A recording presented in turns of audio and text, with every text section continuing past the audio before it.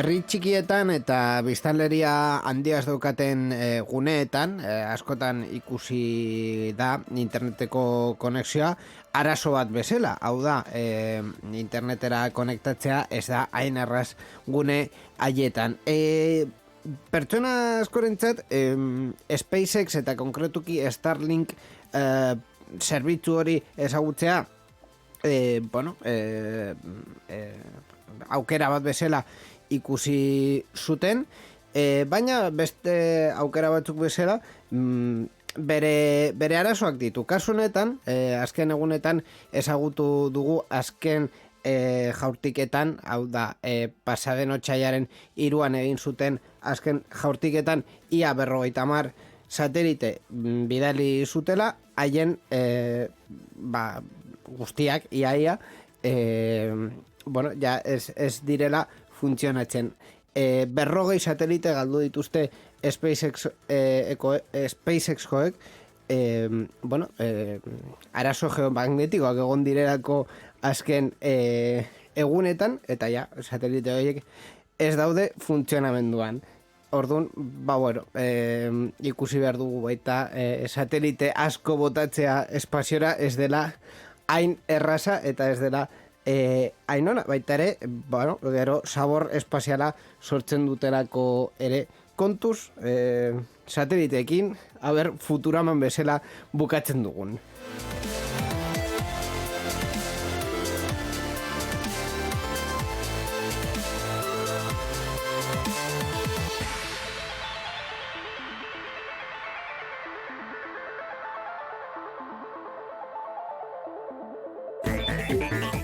Irratsaio hau Creative Commons aitortu ez komertziala partekatu berdin 4.0 nazioarteko lizentziarekin banatzen da. Horrek esan nahi du gure edukiak nahi beste partekatu ditzazkezula. Informazio gehiago nahi baduzu josareanzehar.eus webgunera.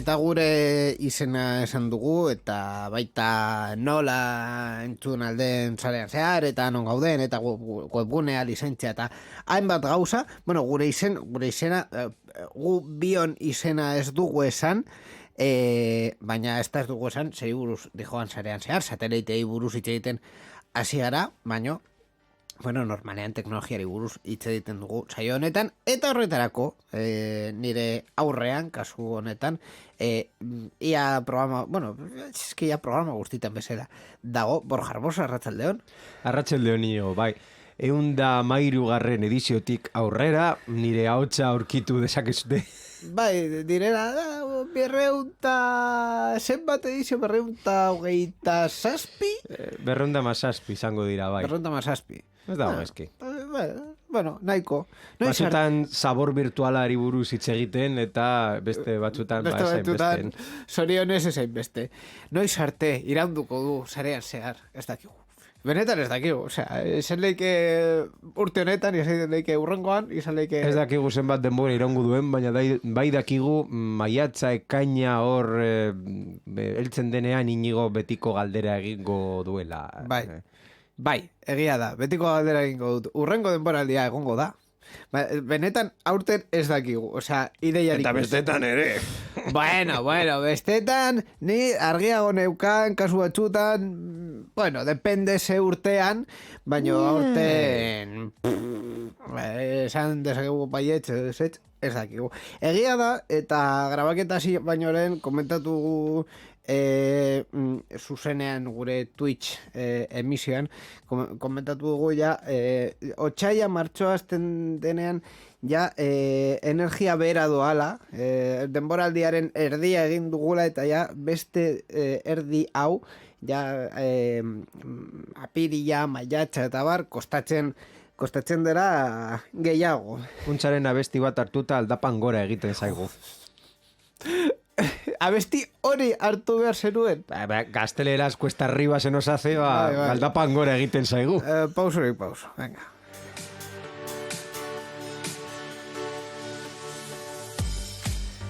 Bueno, teknologiari buruz hitz egingo dugu, gaur, bueno, nahiko berri interesgarriak dauzkagulako, gutxi, baino interesgarriak dira esan behar dizuet.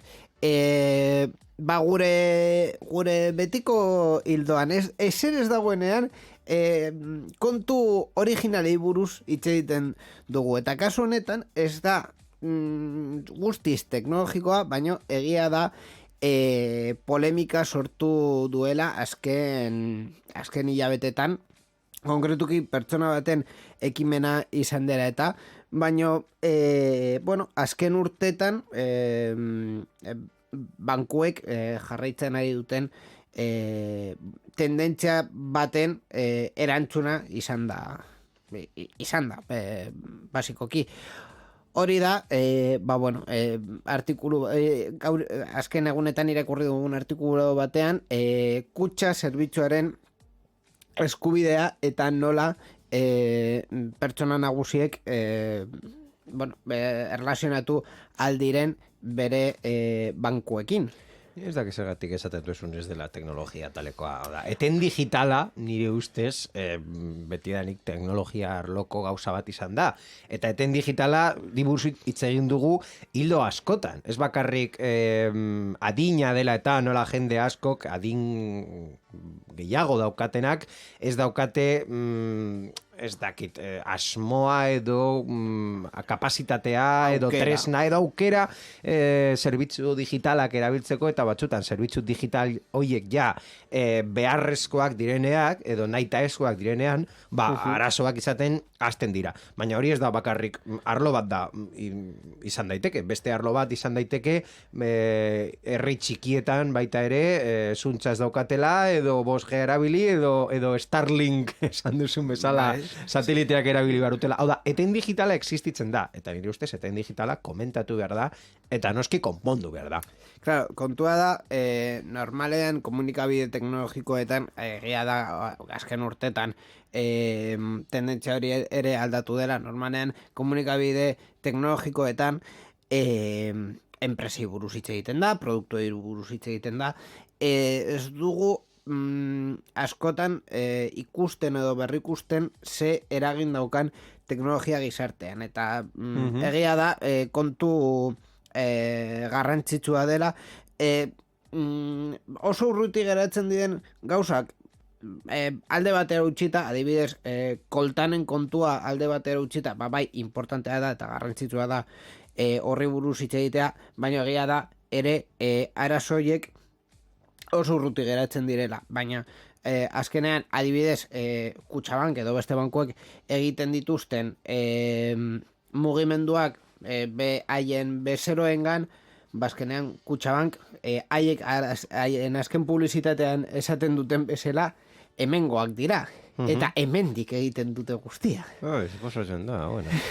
Bai, bueno, berria kontatuko dugu. Kutxabanken kasuan, justu, bai, egia da hemendik egiten dutera, baino horregatik ere hemendik sortzen dute edo sorrarazten dute berri honetan komentatuko dugun arazoa edo kontua. Hasiko gara berria kontatzen eta gero ja iritziak eta batzuk agian pixka tan popular opinion izango dira, baina bueno, pausus.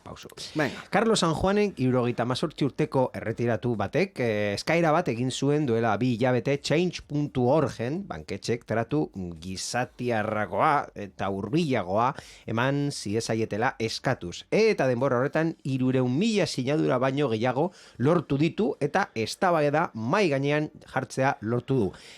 Pizka zifra jarrita.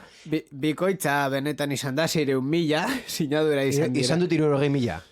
Esan duzu 300.000. Vale, 600.000, vale. 300.000 esan duzu. 300.000, venga, bueno, 600.000. 600.000 sinadura izan dira, ja 600.000 sinadura izatea Espainian esan nahi duela. Potolo. Claro, esan nahi duela zifrat potoloak dire eta baita ere ez legezko proposamen bat aurrera eraman alduzula kongresuan. Legezko proposamen bat aurrera eramateko zifra minimoa kongresuan 500.000 sinadura dira. Eta ez da gutxi, adibidez hemen Eusko Jaurlaritzan 30.000 dira, hau da, ez dira zifra txikiak, eta lortzea, eta uste dut zure partido politiko ez bazara inoiz presentatu, hauteskundea daudenean batxotara ikusten duzu karpak, hor alderdi politikoak sinadurak eskatzen, partido txikiak dira eta presentatzeko behar dutenak, eta ez da hainbeste behar dena.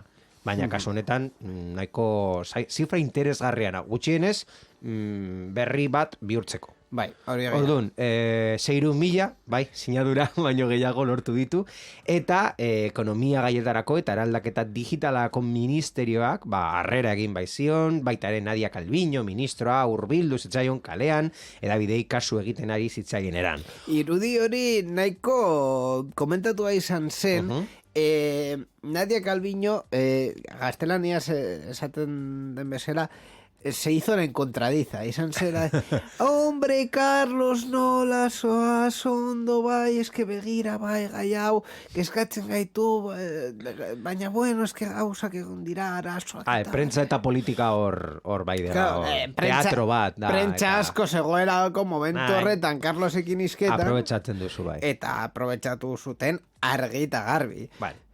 Intentzio politikoa bai, baina bidaiaren beste erdia geratzen da. Gobernuaren eta banku sektorearen promesa eta asmo guztiak neurri ukigarri bihurtu behar dira. Adineko askok bankuekin duten arazoa benetan konpontzeko. Bide horrek ziurrenik bankuen eta erabiltzaileen arteko talka, ekarreko du, borondatezko ekintza batzuk proposatzen baititu eta horiek gobernuak legez nahi eta ez bete beharreko protokolo bat sortzea nahi dute. Kutxa zerbitzu hori eskubide moduko bat, entitatek adinekoentzako banku harretan oztopo teknologikoak ezabatzen dituztela bermatzen duena. Claro, alde batetik sektorea, da, bankak esaten du, bueno, hau gure kabuz erregulatu dezakegu, eta bar, spoiler ez du inoiz funtzionatu, merkatua ez da inoiz ondo erregulatzen, barkatu, badakit hemen Espainian eta Europan liberalismoa... Bueno, gauza bat kontatuko dizut, hau gauza bat kontatu barut, nik gutxienez ikusi dudana. Pasaden urtean, banko guztiak hasi ziren komisioa jartzen edozein motatako kontuetan. Hau da, eske kontu korrontea doainik izatea, ez da posible. Orduan, vinkulazioekin hasiko gara, eta vinkulazioa ez daukana, hortik kanpo, juten da. Orduan, nomina edo pensioa edo ez dakizer domiziliatua ez zeukana, ez diogu akontu bat doainik mantenduko. Eta hori zen 2008 baten hasiera. Bueno, 2008 baten bukaera heldu da, eta badakizu zer, horiek esaten zuten banko askok hasi dira akontu online ateratzen 0 komisioetan. Hau da, zer gertatu da? Jendea, korrika eta presaka jundela beste banku batera akontu korronte bat pim pam pum, eta hori da merkatua. Ez dio inork derrigorrez jarri banku bat akontu bat barkatu doaini jartzea. Konturatu dira jendea ez dela hildo horretaz mugitzen, eta esaten badiozu akontu bat izan vinkulazioarekin, esaten dizu jadanik badaukat.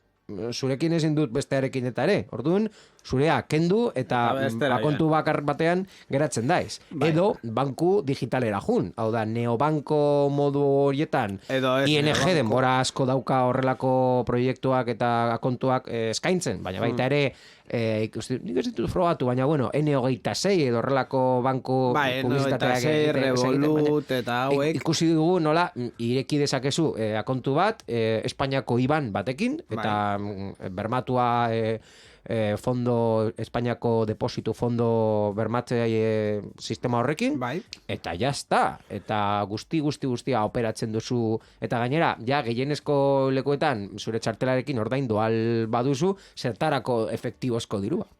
Claro, zertarako kutxasain automatikoa. Azkenean, hori eskaintza kontua izan leike. Egia da ere, honetan asko simplifikatuz bi talde ikusi aldira argi, batetik bere bankuarekin geroz eta erlazio gutxiago behar eta nahi dutenak, hau da ez dutela behar edo ez dutela nahi gestore bat izatea edo sukursal batera joatea ezer egiteko. Zutabio, gure kasua dela. Zertarako jun bargara zutabio sukursal batera. De hecho, hemengo banku batekin, eta ez dut izena esango, hemengo banku batekin gatazka nahiko larria dukat honen kontua dela eta txartel bat neukalako haiekin, txartela berritzeko momentu aldu zenean, abisatu zidaten, esanez, nire elbidera bidaliko zera, nire elbidea jartzen zuen hor ez dakizein elbide, esan nien mesedes, ez bidali ona, ez nagoela ja hor, eta esan zidaten, sukursal batera gerturatu zuen elbidea aldatzeko. Nola zer? Sukursal batera joan nire elbidea aldatzeko. Zer buruz dijo gauza hau? Egun batzuk eman zidan kontu hori egitea, eskenean, sukursal batera gerturatzea haien ordutegietan goizez bakarrik, bederatzietatik ordu bietara, komplikatua izan daiteke. Joan nintzen, oie, mesedes, aldatu elbide hau, eta mesedes, txartela berriz bidali. Nire elbidera, edo txartela bidali nire elbidera. No, es que claro, ya txartela bidalita dago, ordun berriz txartela bidaltzen nahi baduzu, 3 euro. Nola zer? 3 euro? Zertarako? Claro, es que hau duplikatu bat da. Ja, baina es que, azken, 15 egunetan ez dut hau aldatu, zuek esaten didazurako sukursal batera etorri behar naizela. Ordun? No, es que 3 euro. Ez dut ez egingo. Eta hortik aurrera, claro, urrengo pausua izan zen txartel horren komisioa kobratzea. Eta ja zen nuen, hemen ez dut ez da euro bat gehiago jarrikoa kontu honetan, eta kobratu nahi baduzu hau, bidali da zu txartela, nire elbidera. Gasturik gabe. Eta ordainduko dizut komisioa. Arazo barik, baina txartela daukadanean. Osea, ez dut ordainduko ni erabili ezin duen zerbitzu bat. Ez daukadarako men txartela. Orduan, tonteria horiek, azkenean tonteriak dira. Prozedurak dira banku batzuk edo besteak era batera edo bestera interpretatzen dituztenak. Osea, beste banku batean elbidea aldatzea ez da arazo bat. Eta egin dezakezu aplikazioen bidez arazo barik. Nire ohiko bankuarekin BBVA dela, por cierto, arazo barik egin dut. Incluso beste pertsonaekin akontu bat irekitzeko eta bi komisiorik gabe izateko akontu hori egin dut aplikazioaren bitartez arazo barik. Orduan, claro, niretzako eta talde horretan gauden pertsonentzako hori arazoa da. Beste partean edo beste alboan dago presentzialki bulegotan eta sukursaletan arreta behar dituzten pertsonek. Hainbat gauza direla eta teknologiarekin manaiatzen ez direnak, edo adina dela eta, edo... Baina beitu, zu ireki duzu frase batekin. Merkatua ez da ezin du bere kabuz erregulatu. Eta hemen, adibide bat daukagu non, merkatua bere kabuz erregulatu da esanez, ezin da aplikatu kasu guztietan, baina kasu konkretu honetan, esan dezakegu nola gure adin taldeko pertsonak erabiltzen ditugunak zerbitzu bankarioak, ikusi dugu nola banku bat ez digu eskaintzen nahi dugun zerbitzua, edo nahi dugun zerbitzua balio duen, pentsatzen dugun balio duen prezioarekin, eta aldatzen gara. Eta gu bezalako, ez daki zenbat kontsumitzaile 2021 urtetik aurrera, ikusi dutenean bere bankua ez diola nahi duten zerbitzua, nahi duten preziora emoten, bilatu dituzte eta aurkitu dituzte alternatibak, eta itxi dituzte kontuak, eta horregatik, horrek bankuen direktibak atzera pausu bat eman behar izan dute, WhatsApp baita ere atzera pausu bat eman zuenean bere kondizioekin, eta horrek ez zituen lege beharrik. Claro, ni esan dut... Hori da, enpresaren beharra, zer enpresa bezeroak behar ditu, eta enpresak ez badu eskaintza bat on bat emoten, ez ditu bezeroak lortzen, eta enpresa bere kompetentziak bera baino eskaintza hobeagoak ematen baditu, bezeroa galduko ditu. Claro, ni esan dut, merkatua ez dela bakarrik erregulatzen, kasu honetan merkatua bakarrik erregulatu denean, hau da, azken 2 urteetan hartu duten hildoa, izan da, erabiltzaileen talde bat batean finkatzea haien operazioak, beste talde bat ahaztuz. Claro, hori, banku bat egiten badu, ING adibidez horrelako diferentzia egiten badu, eta esaten badu, bale, gu banku digital bat gara, edo ez gara banku bat, zerbitzu digitalen enpresa gara, ondo dago, beste banku guztiek, bigarren talde horretara bideratu daitezkerako. Baina banku guztiek, sektore guztia orokorrean egin du mugimendu hori, lehenengo bezeroak askoz errentagarriak gogoak direlako. Bigarren bezero talde horiek ez derako hain errentagarria. Bueno, errentagarria edo ez dakit baden. Gauza da, lehenengoak egin ahal dugula, ni manifestazioak ikusi eta gainera komentatu ditugu uste dut, ez dakit denbora honen hasiera edo pasade denboraren bukaeran komentatu genuen bizpairu minututan, eta ikusiko manifestazio bat ikusi da Kutxabankeko Gasteizen uste dut daukaten Bilbon, berdin zait. Eta nik esan nuen, beste banku batera jun?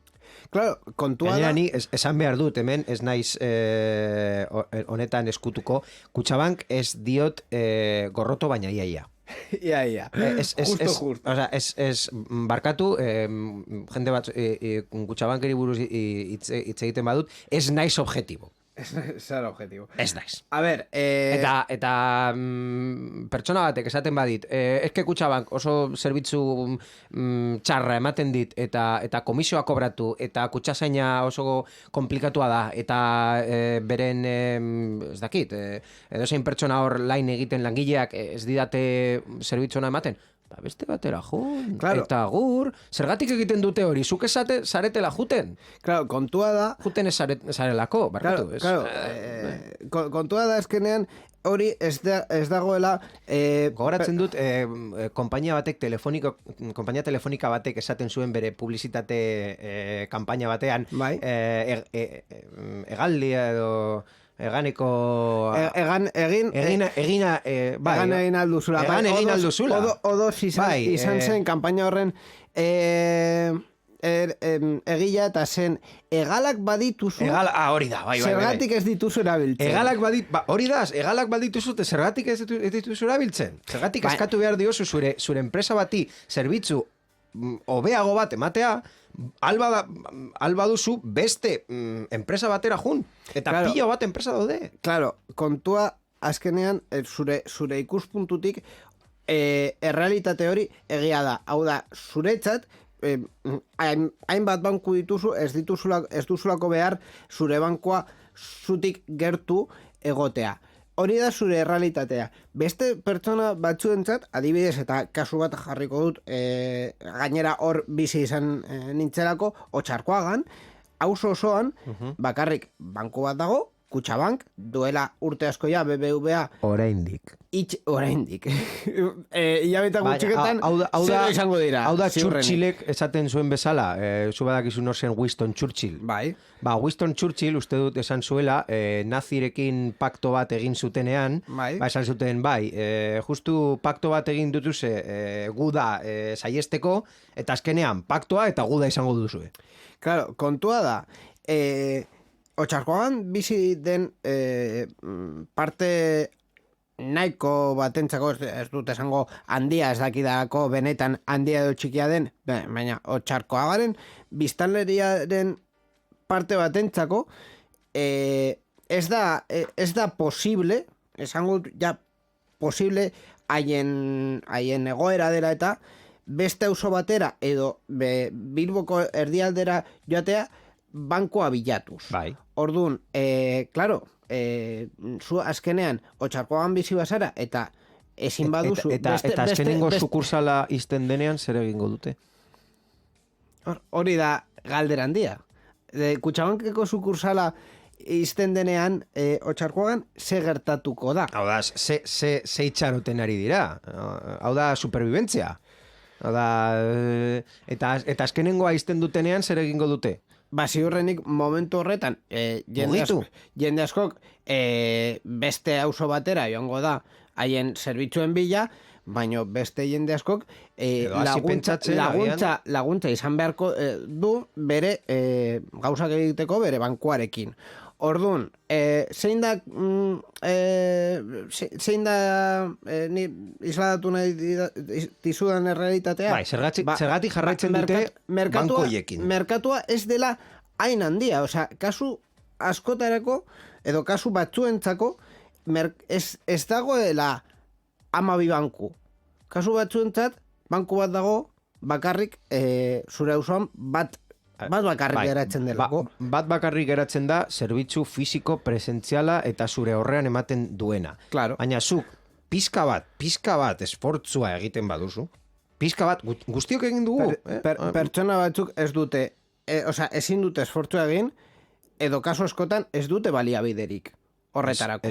Ez dute baliabiderik horretarako? Batzutan ez. Ze baliabide behar dituzu?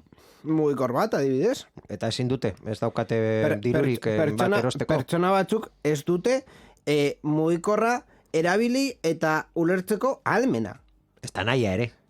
Ez, kasu askotan ahalmena da. Osea, adinezko nagusi askok arazoiek dauzkate. Azkenean, haien bankutaz fidatu behar direla eta kutxan hor fizikoki dagoen pertsonaz fidatu behar direla, ez dutelako mugikor bat erabiltzen ulertzen. Ez daukatelako dirurik edo ez daukatelako interneta beretxan, ez dakite nola erabili, ezin dute erabile. A ber, beitu, justu egingo dute referentzia kanpaina honen eslogan batek esan duela adina daukadala, baina ez naiz tuntuna. Claro. Baina gauza bat da, tuntuna izatea... Non dago tuntunaren... Baina eske nik ez dizut tuntunari buruz hitz egiten ari. Esaten ari dizut beste limitazio batzuk dauzkaten pertsonei buruz hitz egitea. Vale, baina ze limitazioa ez diotela eskaten gorbeiara igotzea. Osea, gorbeiara igotzea bada, egin duten gauza, esan detzaket, bale, hori agian ez da posible. Baina, ordenagailu baten aurrean, ni bezala, nago. Eta, hemen, sartzen banaiz, 3 edo 4 pausu baino gutxiagotan, nire akontuaren aurrean nago. Bai. 3 edo 4 pausu baino gehiago ematen badut transferentzia bat egin dezaket edozein diruarekin edozein konturara. Kaso estremo bat jarriko dizut. Eta ez dut 5 minutu baino gehiago erabiliko. Kaso estremo bat saiatu dira. Kaso estremo bat jarriko dizut.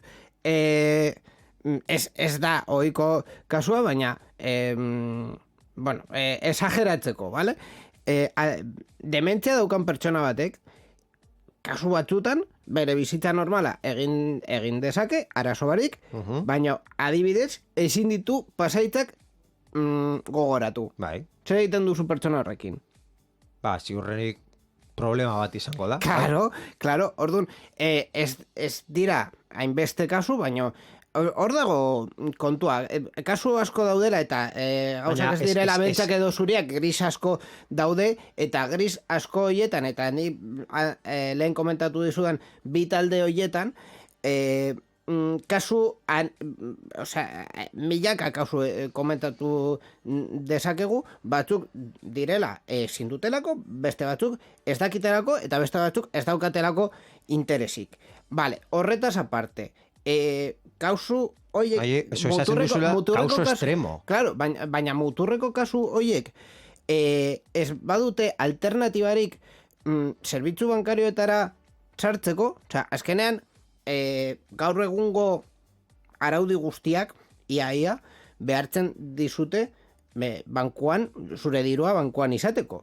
Ezin duzu pentsio bat izan, eta hilabetero joan segurtasun sozialera zure pentsioaren bila. Hori ezinezkoa da. Eta dirua fisikoki existitzen ja bukatzen denean, eta hori gertatuko da. Claro. Eta hori gertatuko da, eta momentu horretan ja zer egingo dute. Orduan, galdera handiena da nola egiten dugu bat errealitate hori gure gizartearen errealitate anitzekin. Edozein prozesu ikaste kurba bat dauka. Edozein prozesu. Baina, kasu honetan, ez da bakarrik ikaste kurba handiagoa edo txikiagoa izan daiteke. Baina, kasu honetan, esango dizut, ez dela bakarrik ikastea, baizik eta ikasteko posibilitate izatea.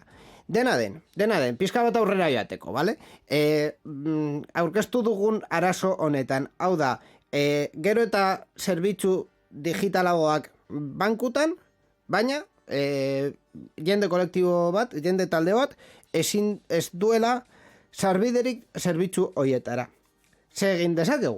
Bueno, banketxeak proposatzen duena, Calviño ministroaren presio mediatikoa eta eskaera ikusita, bankuen sektoreak agiri bat, bidali zion gobernuari joan den astean, adinekoen arreta hobetzeko protokolo bat proposatzeko, erantzun azkar eta zehatza, baina handicap garrantzitsu batekin, testuan jasotako neurri guztiak borondatezkoak izango dira, inalako izaera loteslerik gabe. Claro, haien artean, adibidez, kutxako presentzialeko arreta ordutegia handitzea, edo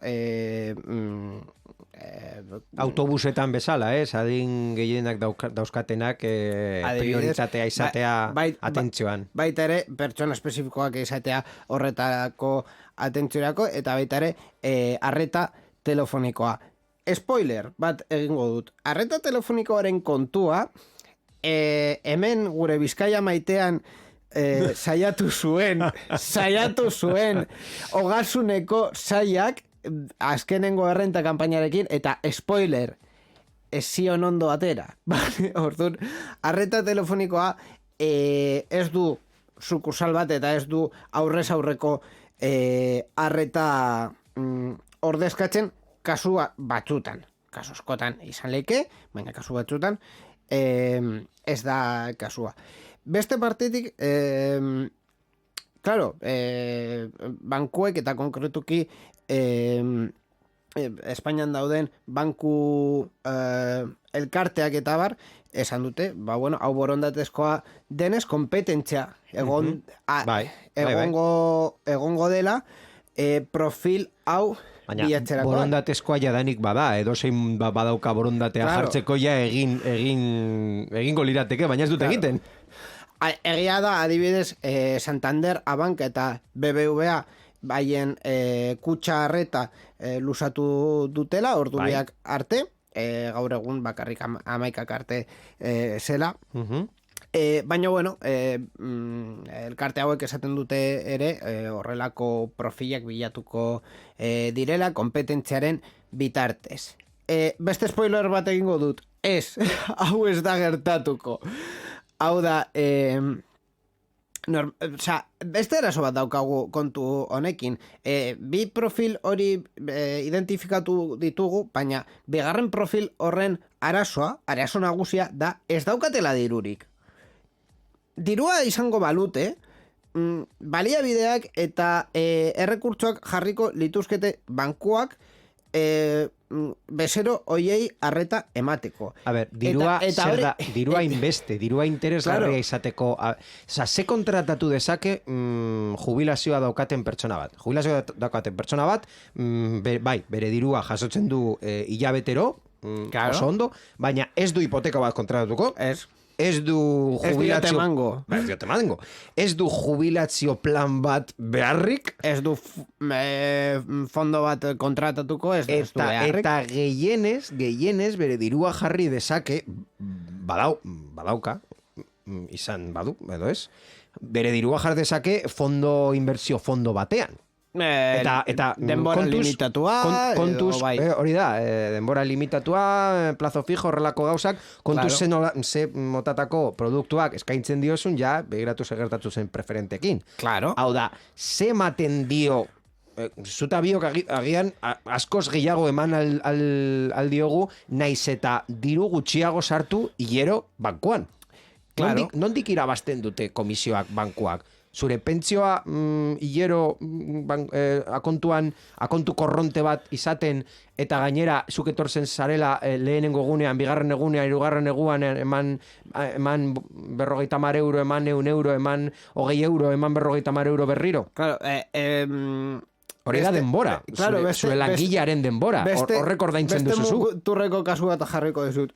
Amancio Ortega, ez dakit zenbat urte daukan, baina Amancio Ortega ez dauka arazorik arreta presentziala izateko edonon, edo zin bankuan. Uste dut Amancio Ortega ez dela juten ja. Eta justo horretarako bezero profil bat existitzen da ia banku guztitan, deitzen dela banka pribatua. Bai. Vale, orduan, diru asko badaukazu, gazte edo nagusi izan da, ez duzu arazorik izango, arreta izateko, arreta presentziala edo nahi duzuna, izateko bankuan gainera oso pertsonalizatua, zure interesako, eta bar. Orduan, claro, sektore hau, arazoa justu hori da, sektore hau ez daukala dirurik. Hau da, banku zerbitzuak eman behar zaie, baino ez daukate ezer emateko. Inigo, zuta biok ez daukago dirurik. Bai, Pertsona horiek pentsio bat jartz jasoten dute hilabete guztietan, eta hurrengoan ere. Hau da, dirua daukate erosteko ordenagailu edo ez daki zer. Ordenagailu tablet mugikor bat jartzeko, internet konexio bat ordaintzeko beren etxean, eta ja, geratzen dena da pertsona batek, instruktore batek, irakasle batek etortzea beren etxera, eta beraiekin orduak emotera, esateko, venga, orain piztu, orain hemen sartu, hori da zure profila, hau da zure web orrialdea, orain sartu behar duzu klabea. Eta hori guztia gogoraraztea urrengorako. Claro. Eta ja. Zuta biok ez daukagu dirurik, baina zuta biok zerbitzuak ordaintzen ditu, azkenean etxe bat badaukazu seguro ordaindu behar duzulako, etxe bat erosten baduzu, adibidez hipoteka, edo bizitza segurua, edo kotxearen segurua. Hor dago kontua. Normalean. Justo, media baino gutxiago daukan jendea, media baino gutxiago gastatzen duen gutxienez beren gasturentzako, agian izango dute beste gastu bat ez direia beraienak, familiarengan edo... Eta gainera, nagusiek ez dutela normalean txarteraekin ordainduz, orduan hortik ere ez dute, bankuek ez dute dirurik egiten, orduan hor dago honen arazoa. Gainera... Ez dira interesgarriak. Claro, ez que ez dira... Diru gutxi eta lan asko. Ez justo arazo berdinean sakontzen dugu, ez? Ez dira interesgarriak, baina banka zerbitzuak behar dituzte. Eta momentuz, Espainian ez dagoenez, eta orain pizka komunista jarriko naiz, hemen ez dagoenez banka publiko bat. Eta ez dagongo. Eta bankearekin begira aukera oso ona galdu zen, justo. Eta ez da egongo. Eta ez da egongo, ez dutelako, ez urdinek, ez gorriek, ez dutelako proiektu hori aurrera eraman nahi, beraz, sistema bat daukagu, bueno, en fin. Eta efektiboko diruari atzerako kontu bat jarri, Hau da, hainbat ja kontatu dugu herrialdetan, limite bat jarriko diotela. Dena den, kontu hau pizkat borobiltzeko eta honekin bukatzeko, egia da, erabiltzailek orokorrean ez dute hau argi ikusten, bankuek argitaratu dituzten neurriak ikusten dute, gutxi geratzen dute direla, motz geratzen direla, eta, beste partetik ere, itxierak eta kaleratzeak jarraituko dute. Aste honetan, adibidez, jakinda Liberbank Unicaja Holding horretan, uste dut direla 50 bulego baino gehiago itxiko direla batez ere Castilla León. Justo, begira, ze komunitatean arazoak dituzterako baita Espainia utxarekin, deitzen den Espainia utxarekin, eta uste dut 1000 pertsona gehiago kalera joango direla, batzuk voluntarioki, beste batzuk are gehiago, bai. Fortatuak. Hau aurrera jarraituko du, esaten den bezala progresua ezin duzu eten, eta nik reflexio batekin bukatuko dut, errespeturik ez diot inori falta nahi, baina Gutenberg A ver, Gutenberg zer?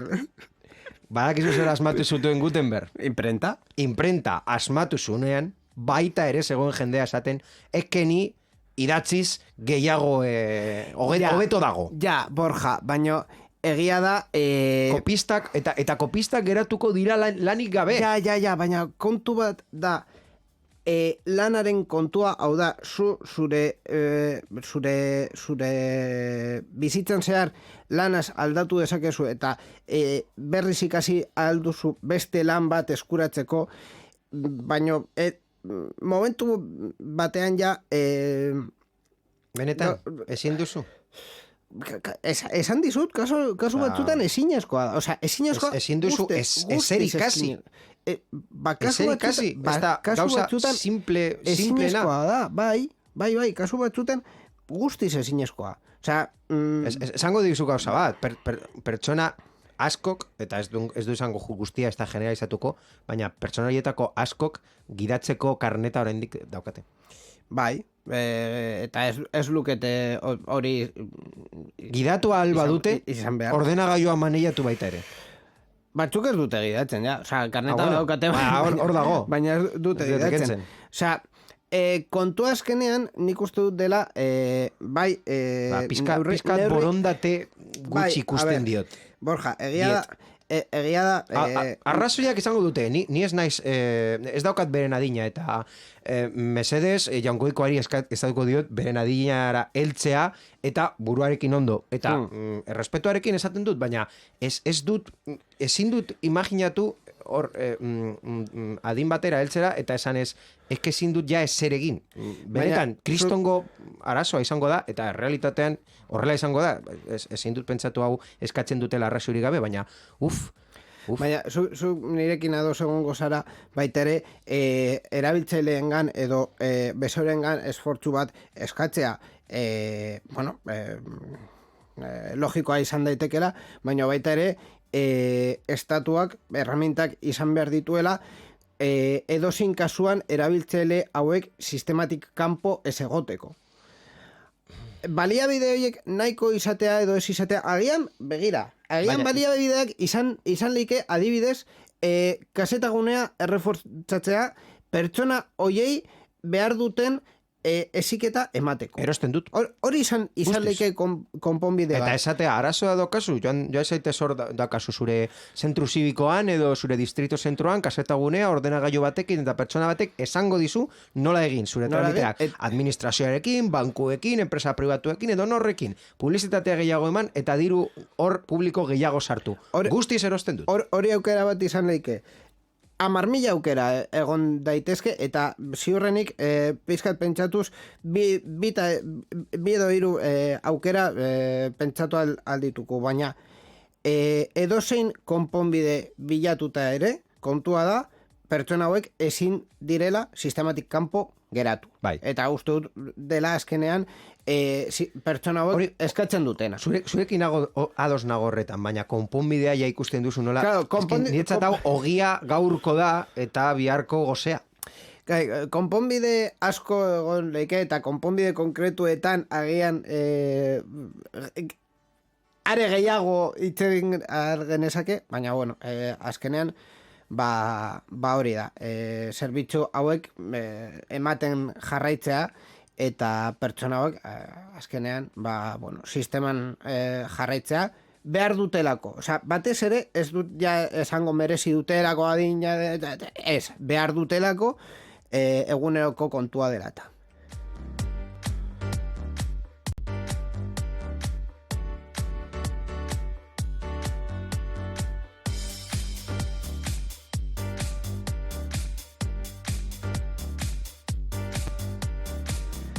Bueno, eta 40 minutu eman ditugu kontu honi buruz. Eta gehiago eman ditugu. Eta gehiagorako ematen du. Beste kontu bat daukagu Gidoian telejustiziari buruzkoa. Bai, hori... Nahiko detxo esan leikena ere, eta txipen kontua ere daukagu Gidoian, baino ja berri txiki eta azkarragoetara joango gara. Metari buruz hitz egiten azkenean leundu direlako eta esan duterako, bueno, eske pasaden egunetan esan duguna eta bar, ez da mehatxu bat da, bueno, sugerentzia bat zein.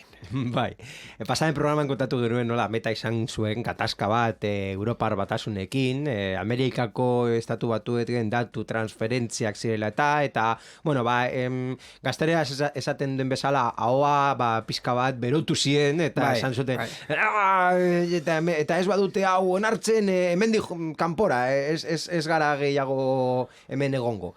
Eta baita ere herrialderen politiko batzuk hasi ziren Alemanian uste dut adibidez esan zuten bajun eta ze importa. Bueno, Twitterren egon zen kriston movida eta trending topic egin zen hau esan ez begira agur Facebook. Agur Facebook, osea Facebook Europatik badoa itxatea. Bueno, konpainia bat konpainia honek barkatu ohar bat igorri zuen pasaden astean, bere jarrera argitzeko eta kontinenteko zerbitzuak kentzearen inguruko mehatxu oro gezurtatzeko. Nahiko argi oraingoen bai. Ez dugu Europatik alde egiteko inolako asmorik, noski ezetz. Horrela, Europari buruz egindako edozein mehatxu gezurtatzen zuen, komunikabidei egotzitakoa eta gardentasun konpromisoa azpimarratzen zuen. Gardentasun konpromisoa badakizu noiz ikusiko duen, komisioa eltzen den momentua Europako komisioak. Bai. Hor isunarekin Europako komisioa etorriko da esan ez, bueno, gardentasuna ez duzue sustatu nahi, ikusiko duzue ze daukagun. Patapun pa dentro. Hori da. Guazen orain, hau esan da berri askarrekin. Berri askarrak, sarean zehar. Eta bitcoini buruz hitz egiten hasiko gara berri askar honetan, inbertsio programa faltsuak proposatzen direlako hor emailetan eta bar. Bai, erabiltzaileek kriptomoneten unibertsoarekiko duten interes gero eta handiagoa eta merkatu honek dituen arriskuen inguruko ez jakintasunak bitcoinen inbertsio programak posta elektronikoz eskaintzen dituzten iruzurrak areagotzea ekarri du. Ezet zibersekurtasun konpainiak ohartarazi duenez. Ziberdelitu gileek negozio horren hutsune legala eta erabiltzaileen ez jakintasun orokorra baliatu dituzten mezu elektronikoak zabaltzeko pertsona horiek existitzen ez diren funtsetan inbertitzera edo ordainketara faltsoa kobratzera animatzeko. Azken horien ezaugarria da mezu bat sartzea, non jakinarazten zaion erabiltzaileari zure inbertsio bonua ordaintzeko prest dagoela eta kobratu ahal izateko erregistratu eta ordainketa onartu besterik ez dela egin behar. Badakizu príncipe nigerianoren estafa, orain bitcoinekin egina. A ber, kea erosi nahi baduzue, behintzat, kea erosi zuen ke saltzaile normalean. Ez joan hor, emailan proposatzen duen norbaiti kea erosten, mesedez.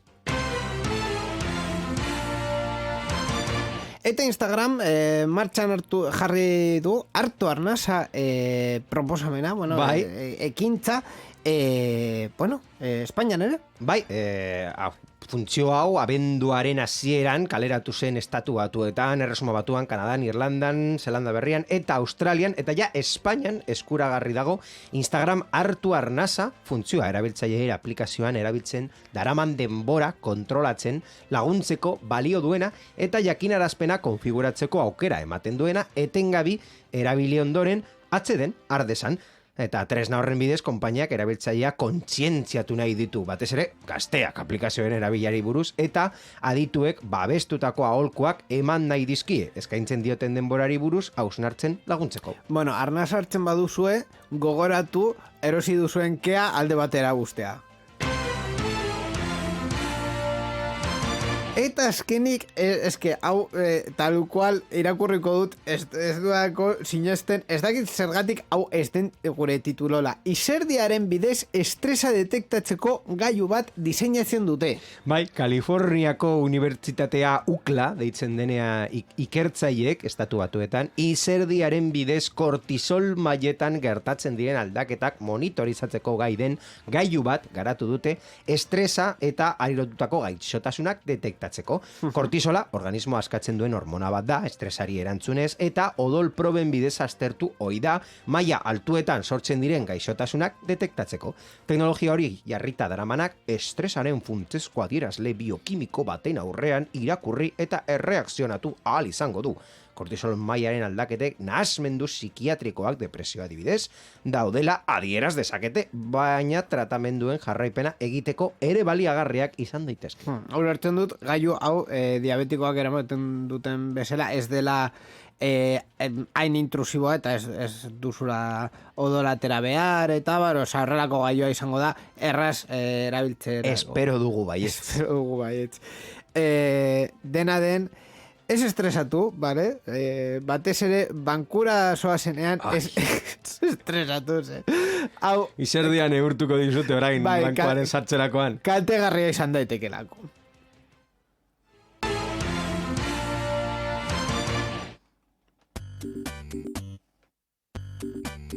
Titulol. Asko gustatzen zait, txorradak esaten ditua denean, ja ordenagoioa eta guzti pikuta doala, eta gauzak gaizki doaztea, zentzugabeko gauzak esaten ditu denean. En fin, titulol, zentzugabek egiria gehiago, orain nire sorpresarekin. Ba, historia honetako protagonistak, Inigo Adia, uste dut berri hau irakurri egin duzula, baina ez nago ziur ikusiko. A ber. Historia honetako protagonistak ez daki zer egin bere seme alabek gauean gailu mugikorrak erabiltzaileri utz diezaioten eta laster lokartu daitezen.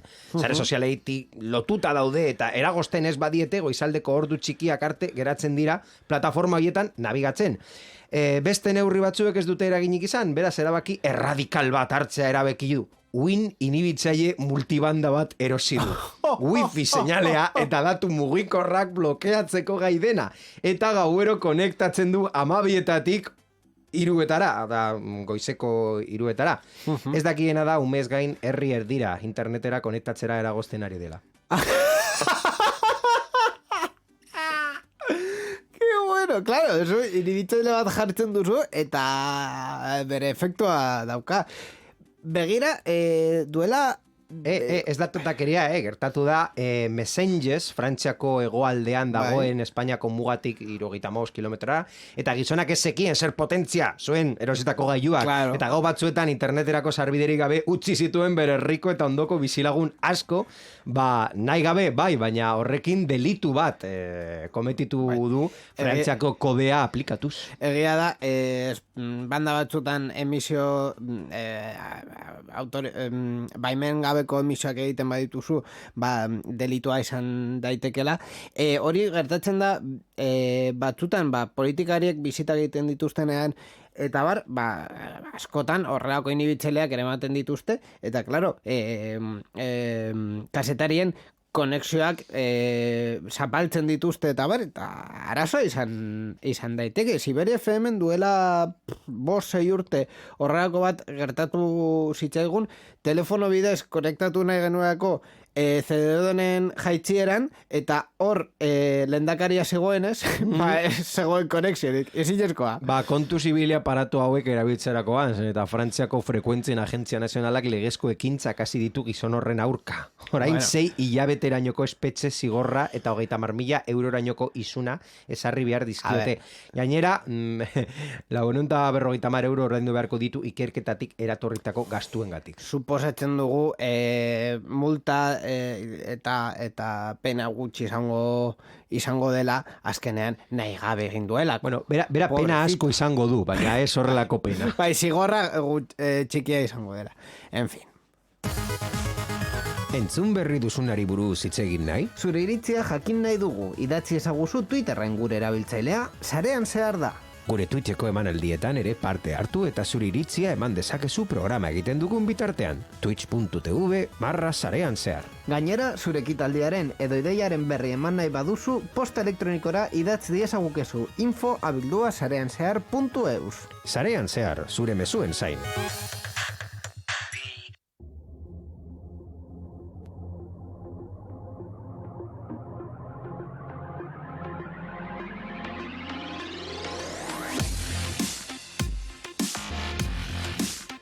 Borja, orain pentsetzen nenbilen ni, 40 minutu entzun behar badu norbaitek bankuen arazoen gan eta bar, gure 40 minutu ez dira gomendagarrienak. Hau da, ziurrenik beste komunikabide batzutan, mismamente Euskadi Irratian, gai hau tratatu dutela, asko sakonago eta asko sobeto. Bueno, badago esaldi bat esaten duela iritziak ipurdiak bezala direla. Bakoitzak berea daukala. Orduan, ze garrantzia? Bueno, edozin kontu albo batean jarriz, pues ya, saia bokatu dugu, orduan, ja, ez daukagu gehiago. Emateko, eskerrik asko Borja berri polemiko hauek ekartzeagatik, eta bi astetan gehiago. Urrengo edizioan hemen egon gara berri polemiko gehiagorekin. Bueno, pero dugu ez hain polemiko, beste kontu batzuk tratatu izateko. Berrikuspen teknikoan Mikel Carmona egon da, beti bezala, eta baita ere eskerrak eman behar diegu, irratietan dauden teknikari eta ekoizpen taldei programa honen emisioa posible egiten dutelako. Eta baita ere zuei, gure entzulei, programa hau entzunez ere gure saioa sustatzen duzuelako. 15 egunetan, 2 asteetan, sarean zehar gehiago, beste kontu batzuk ekarriko ditugu, ziur hain interesgarriak gaur izan ditugun bezalakoak, baina hori ja, urrengo programan entzun beharko duzue. Eskerrik asko eta urrengo arte, agur!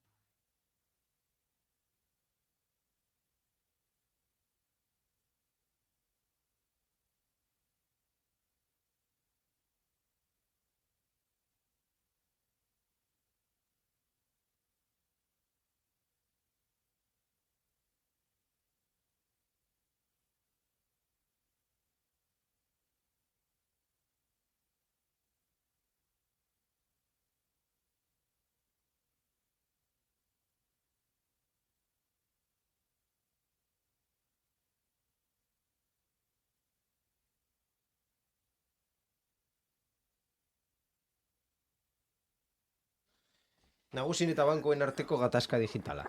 Nuestro título. Perfecto. Alguien en el chat ha preguntado ¿qué? en torno a no se sabe qué. No, yo creo que nos ha escuchado y ha dicho, ¿de qué habla?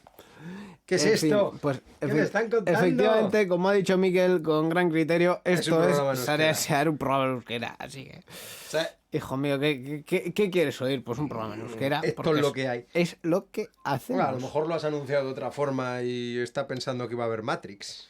Yo qué sé. Creo que no. Creo que sí que ha saltado una notificación de Matrix, pero eso sí hizo en la primera emisión.